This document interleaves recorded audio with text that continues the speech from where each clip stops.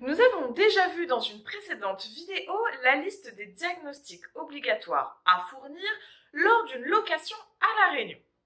Aujourd'hui, je vous propose de faire le tour des diagnostics à fournir lors de la vente d'un bien immobilier. D'ailleurs, je vais finir par le petit dernier, applicable depuis 2020. Pour résumer, nous allons voir ensemble quels sont les documents à fournir, quels sont les biens concernés et la durée de validité de chacun des documents. Alors, c'est parti!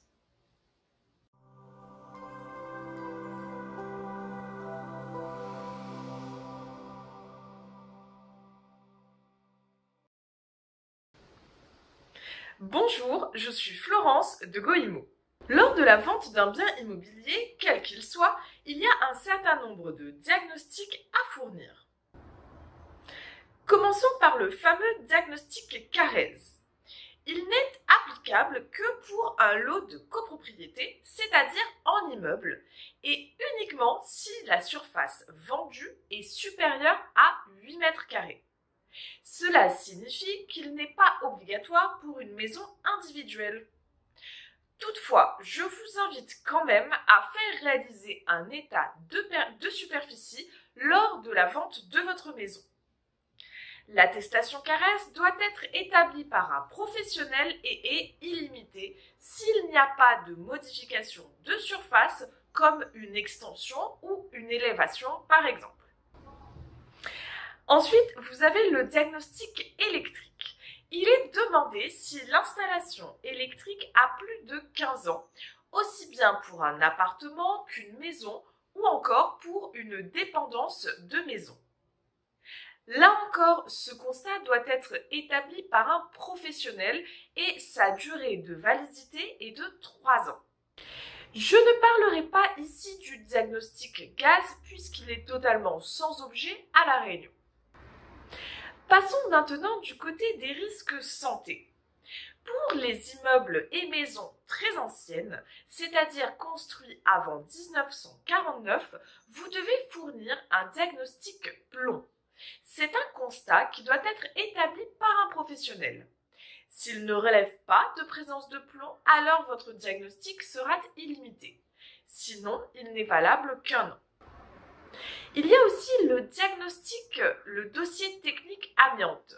Celui-ci doit être fourni pour tous les immeubles d'habitation dont le permis a été délivré avant 1997. Il doit être établi par un professionnel et sa durée de vie est illimitée. Toujours du côté de la santé, on retrouve le classique état des risques et pollutions qui concerne absolument tous les biens. Cet état est gratuit et peut être réalisé par votre conseil. Il a une durée de validité de 6 mois.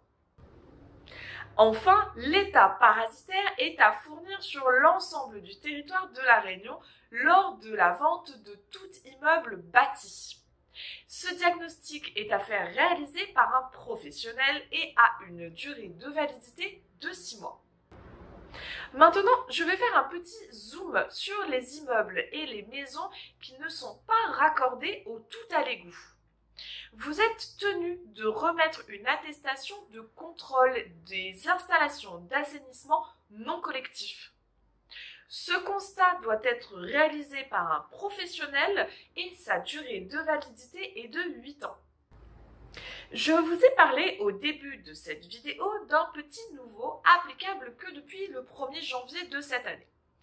Il s'agit de l'étude géotechnique qui est rendue obligatoire, mais pour les terrains à bâtir uniquement sur terrain argileux.